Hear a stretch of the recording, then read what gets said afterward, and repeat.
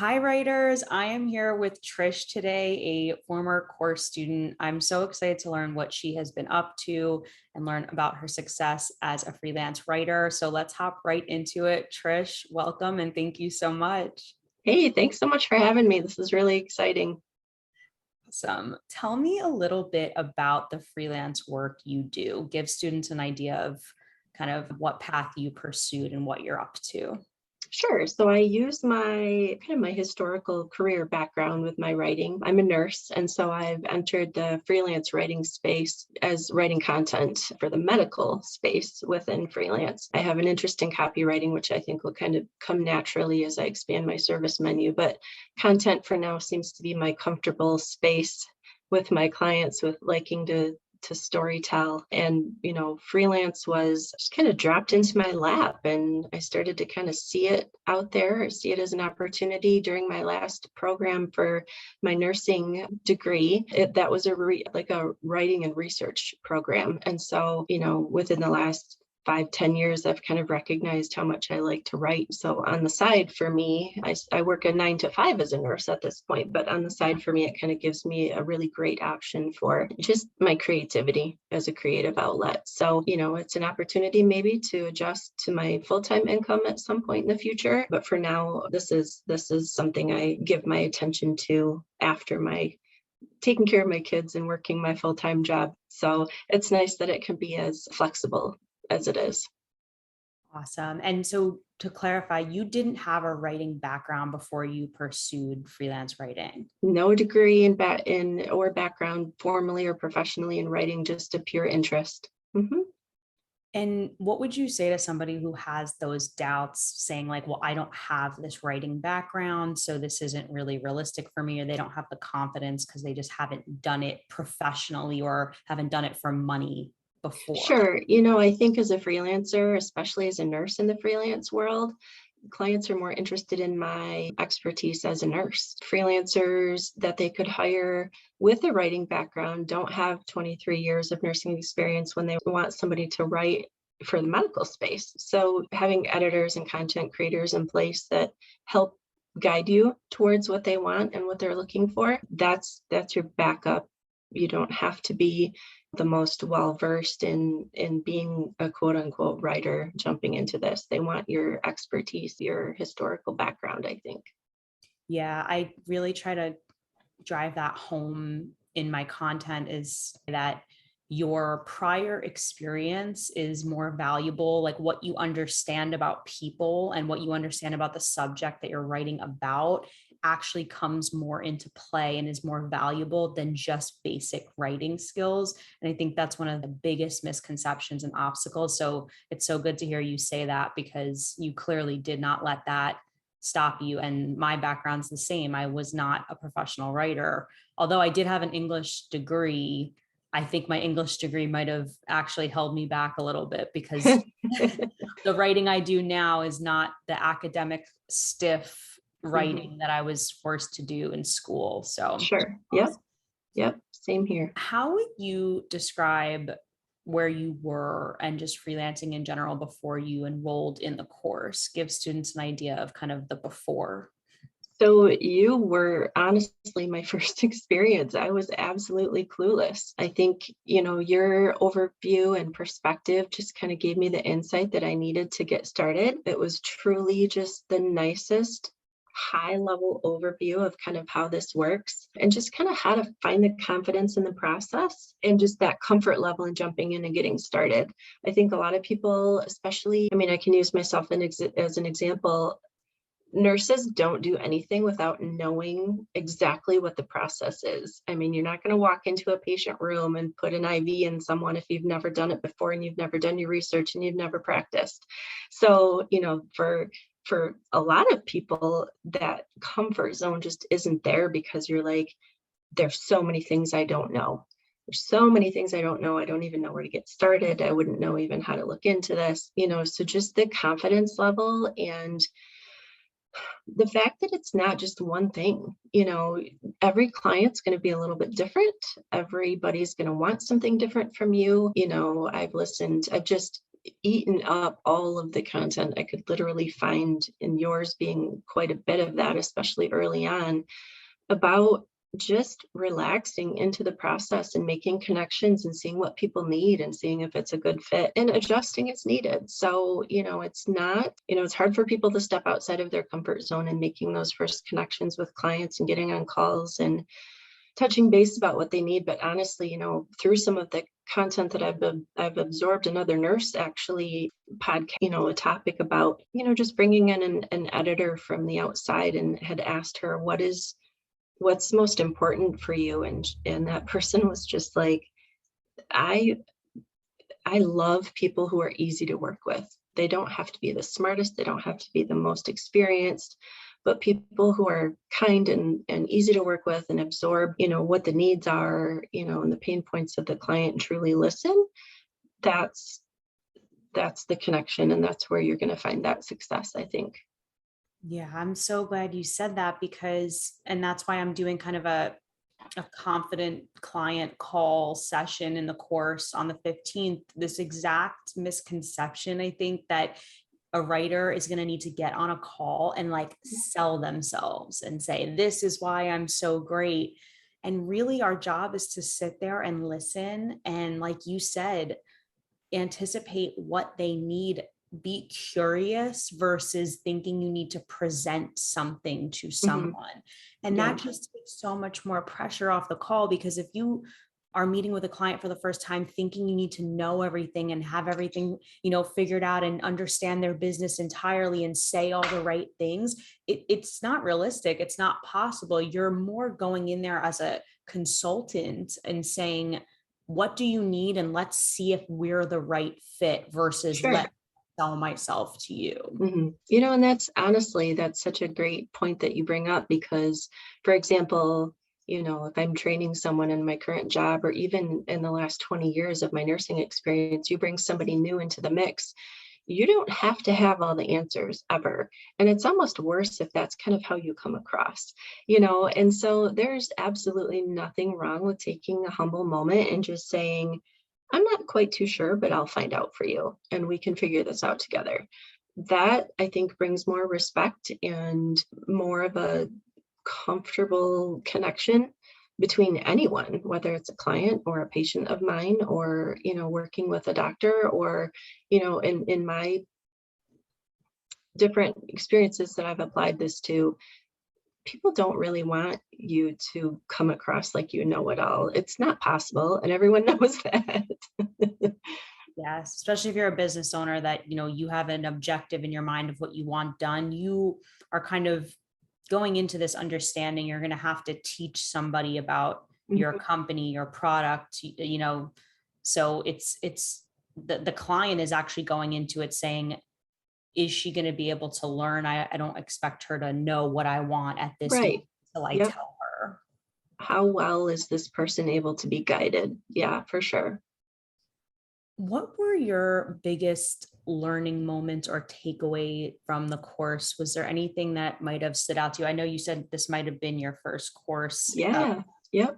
So I don't know Yep. if it's So a comparison, but it learning how to optimize my LinkedIn profile was absolutely 100% like the most invaluable thing, and how to monitor the kind of the looks that you get after that, and having your feedback come through, having the group's feedback come through, comparing our profiles, looking at websites, extending beyond LinkedIn, but honestly, just finding that comfort level with using that platform and optimizing my profile. I have set, I have it looking for jobs for me. I have people coming to me without me reaching out. I can cold pitch comfortably at this point. I know how to find people within companies that would make sense to connect with. So 100% just optimizing that LinkedIn piece. I just think that gives you a lot of general confidence, to kind of move forward. And the perspective that comes from like your additional content on the side, outside of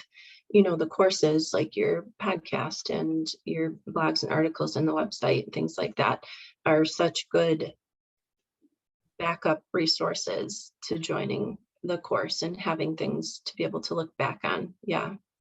That's awesome. Yeah, I like what you said about being able to see who viewed your profile. So for anyone who's listening that isn't on LinkedIn yet, once you set up your profile, you can see who looks at your profile and how many search results you're showing up in. So you kind of get to stress test whether your profile is optimized and if it's effective and if you're showing up in search results, because relevant people should be viewing your profile. And I think, Trish, I remember in the course, somebody had reached out to you like pretty early on after Yeah. you updated your profile, which is really key too, because it's not just about sending 1 million cold pitches, although I want everybody to get their numbers up and be consistent and put those reps in. Once your profile is sitting there, people are reaching out, clients are reaching out to you, which is what everyone wants as a writer.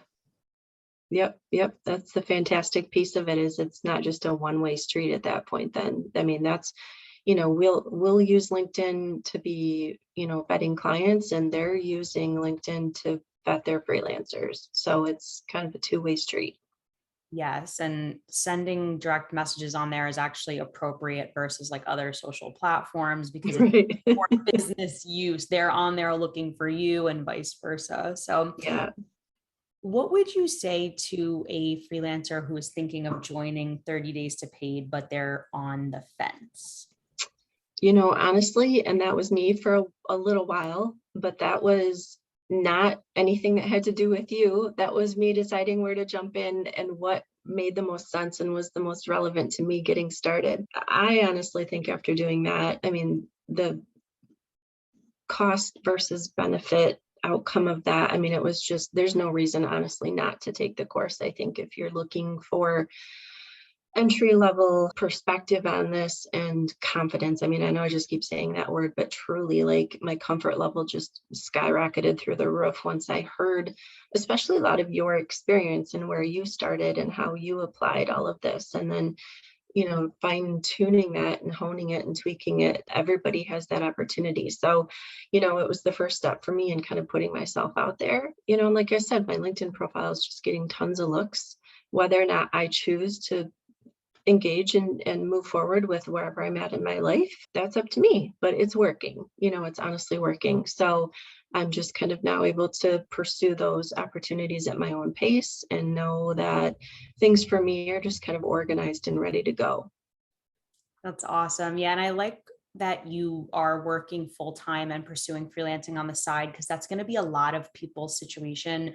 My Yeah. story was a little bit different, where I was Hmm. unemployed and kind of under the gun. So I just like went crazy with cold pitching, got my clients and started doing this full time. But it's really nice to be able to dial it up and down. I actually wound up taking a full time in-house role as a writer, I think last October. It didn't work out and was like not a good situation. So I quickly left and then went back to freelancing. So there's so much like this, even though the framework I prescribe is like, start pitching and land a client within 30 days and, start a full-time freelance writing career. It's not going to be the straight line trajectory. Everybody is Right. at a different place, whether you're working full-time and want to supplement your income, you want to stay home with your kids. Like everyone has such a different Hmm. story, but Yep. freelancing actually like molds to what your situation is, which is so Correct. awesome. Yeah. Yep. And that was a big point I'd wanted to make, for everyone too, is just that I think depending on where you are in your life and you're just like, I can't take on one more thing, especially something that's so complex. It's truly only as complex as you make it. I mean, if there's anyone that probably didn't have a lot of time to do this, I'm a single mom and two kids that do everything. And so I fashion my work around the season of the year and the season of my life and the sports seasons of my kids. And so it is what you make it, and you can turn it up, turn it down, like I said, and some one-off jobs, some anchor client, depending just on what your needs are in the moment. It's truly, you're really honestly just in charge. So I think that's a fantastic piece about it.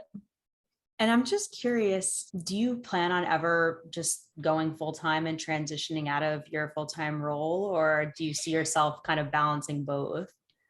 I My kids have a couple more years left in school. Of course, you think about everything like, gosh, what would that do to my insurance? And what would that do to my benefits? And I have two other people that depend on me. There's ways to do that. That's not a stopping point. It's not a tipping point. It just is a big consideration. So, honestly, I would see myself making an adjustment like that as much as I could, in a couple of years, have some experience under my belt, make a bigger push when I had a little bit more time and, I've made a few more contacts. I mean, the freelance world, depending on your background and what you choose to kind of maybe specialize in, if that's your choice, is so supportive. And, I think I've heard so many coaches and course creators say the same thing. These people that are also freelancers are not your competition. There's literally enough work for everyone. So even nurses, I'm in a huge group of supportive freelance nurses at this point who all have different backgrounds and specialties. And there are people who have made an adjustment to getting out of the medical field, at least at the bedside, and moving to freelancing 100% as a nurse. So it's an option. It's definitely an option. And I know that's there and that feels really good.